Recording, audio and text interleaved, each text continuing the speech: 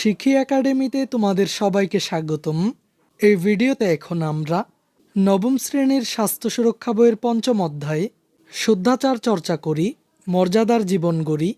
এই অধ্যায়টির ৬৯ পৃষ্ঠার এই ছকগুলোর সমাধান দেখব। শিক্ষার্থীরা, তার আগে চলো আমরা দেখে নেই এই ছকগুলো সম্পর্কে উপরে কি বলা হয়েছে। আমরা এই শিক্ষণ অভিজ্ঞতার শুরুতে নিজেদের চিন্তা থেকে শ্রেণী ও বিদ্যালয়ে, পরিবার ও অন্যদের সঙ্গে করা এমন আরও কিছু ঘটনা যে কাজগুলোতে আমি বিব্রত বোধ করি তা একটি ছকে পূরণ করেছিলাম। এবার এই ছকের আচরণগুলোর পরিবর্তে উপরের 10টি আচরণ ব্যবহার করে কি কি পরিবর্তন আনতে চাই তার একটি পরিকল্পনা তৈরি করি। শিক্ষার্থীরা, ইতোমধ্যে আমরা উপরের 10টি শুদ্ধাচার আচরণ দেখে নিয়েছি। তোমরা যদি এই ক্লাসটি না দেখে থাকো তাহলে অবশ্যই আমাদের চ্যানেলের প্লেলিস্টে গিয়ে ক্লাসটি দেখে নিবে।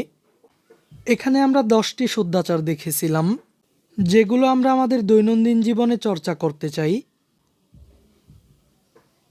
আর এই ক্লাসে আমরা দেখব এই 10টি আচরণ ব্যবহার করে আমরা আমাদের মধ্যে কি কি পরিবর্তন আনতে চাই। তার মানে নিচের এই ছকটির বিষয়বস্তু হলো শুদ্ধাচার ব্যবহার করে আমার নতুন আচরণ। আমাদেরকে এই প্রথম ছকটিতে লিখতে হবে শ্রেণীতে ও বিদ্যালয়ে আমরা যেমন আচরণ করতে চাই। এরপর এই দ্বিতীয় ছকটিতে লিখতে হবে পরিবারে আমরা যেমন আচরণ করতে চাই। আর সবশেষে এই তৃতীয় ছকটিতে লিখতে হবে অন্যদের সঙ্গে আমরা যেমন আচরণ করতে চাই। তো শিক্ষার্থীরা, চলো আমরা এই ছকগুলোর নমুনা সমাধানগুলো দেখে নিই। শুদ্ধাচার ব্যবহার করে আমার নতুন আচরণ। প্রথমে আমরা দেখে নিই শ্রেণীতে ও বিদ্যালয়ে আমরা যেমন আচরণ করতে চাই। বিদ্যালয়ে শিক্ষক এবং সহপাঠী সকলের সাথে শ্রদ্ধাশীল আচরণ করব। শিক্ষকের আদেশ নিষেধ মেনে চলব। শ্রেণীকক্ষ সবসময় পরিষ্কার পরিচ্ছন্ন রাখব।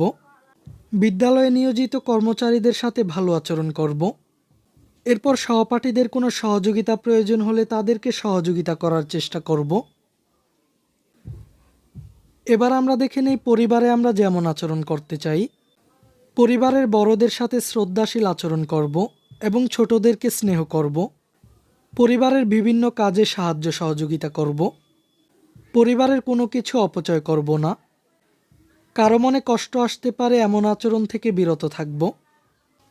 এবার সবশেষে আমরা দেখে নিই অন্যদের সঙ্গে আমরা যেমন আচরণ করব।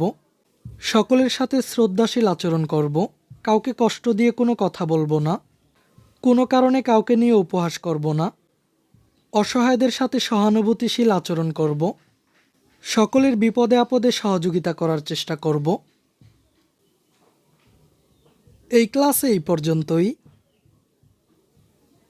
পরবর্তী ক্লাসে আমরা আমাদের শুদ্ধাচার চর্চার রেকর্ড নিয়ে আলোচনা করব। শিক্ষার্থীরা, এই ক্লাসটি তোমাদের কাছে কেমন লেগেছে তা আমাকে কমেন্ট করে জানিয়ে দাও। আর পরবর্তী সকল ক্লাসগুলো নিয়মিত পাওয়ার জন্য চ্যানেলটিকে এখনই সাবস্ক্রাইব করে রাখো।